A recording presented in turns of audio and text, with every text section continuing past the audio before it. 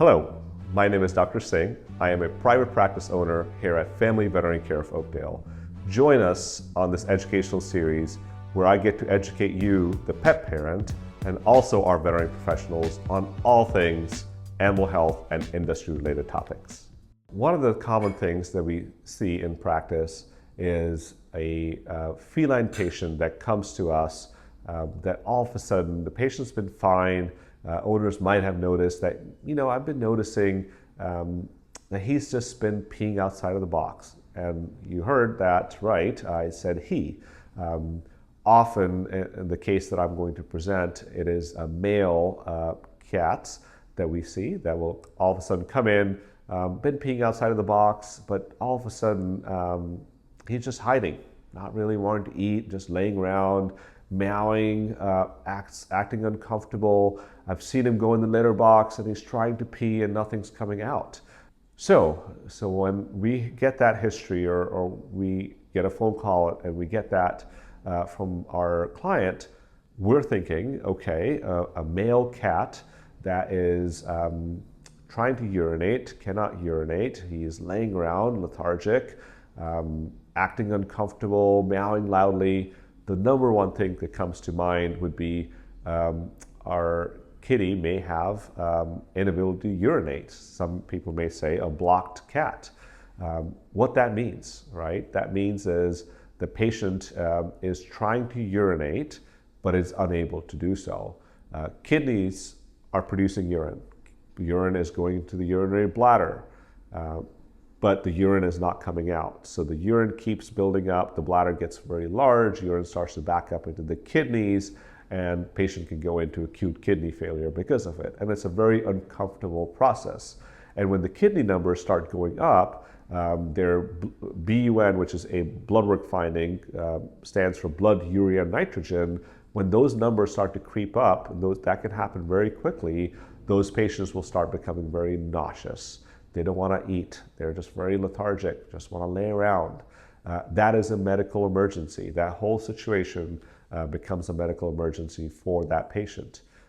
So how do we go about diagnosing that, right? So number one thing, like we've talked about in some of our other videos, history is probably one of the key things that gets us started in what direction we're going to pursue this to help this patient. Second thing would be our physical exam.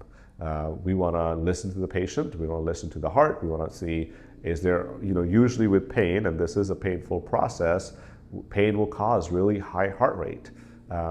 It will also cause some cats to even pant, right? It's not common to see cats pant, but they can pant with pain. So physical exam, listening to the heart and lungs is super crucial. Looking at their eyes, the ears is crucial. Looking at their gums. Seeing if they have nice pink gums. Are their gums dry, right? Are they dehydrated? So dry gums can often mean in patients that they are probably dehydrated and not feeling well. The next thing we're going to do is palpate their abdomen. So one of the most classic symptoms with cats that are blocked, blocked meaning that they cannot urinate, is that they have very, very painful abdomen. You go to palpate their or feel their belly and they're just hard rock, and when you do that, they're just yowling in pain because they're very uncomfortable. And then we'll kind of move our way back, feel the lymph nodes, the pulses. So that would be kind of the physical exam findings.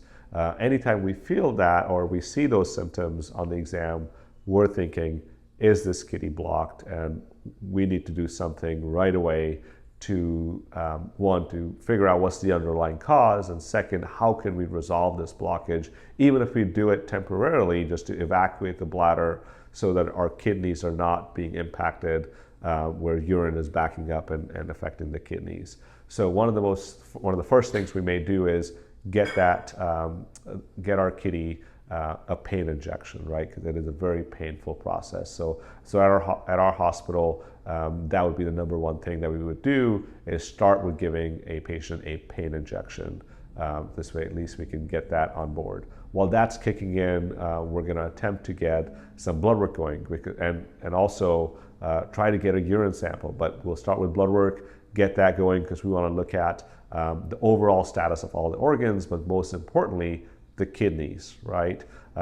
because if the kidney enzymes are really elevated, that tells us this has probably been going on for a day or two. But if that just happened that morning and it's early enough, you may not see any kidney elevations in that patient. The other thing that is really important on the blood work is electrolytes.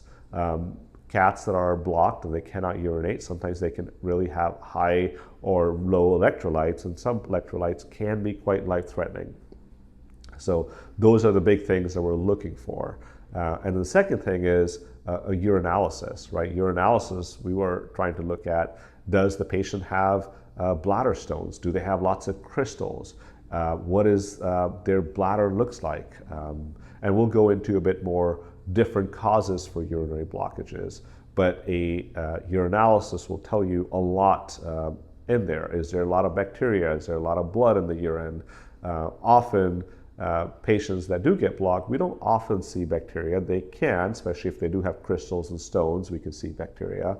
But urinalysis is a big part of it. And often when we're getting urine from a patient that's blocked, especially a feline patient, we like to also evacuate as much urine out of the bladder as possible, just to relieve the stretch that the bladder has, to help alleviate some of that from the kidney portion, because kidneys are producing the urine, is going to the bladder. When we cannot urinate, things back up into the kidneys, and then the kidneys start developing what's called hydronephrosis, which can certainly cause damage to the kidneys. So those are the initial first things that we may do when a patient presents to us.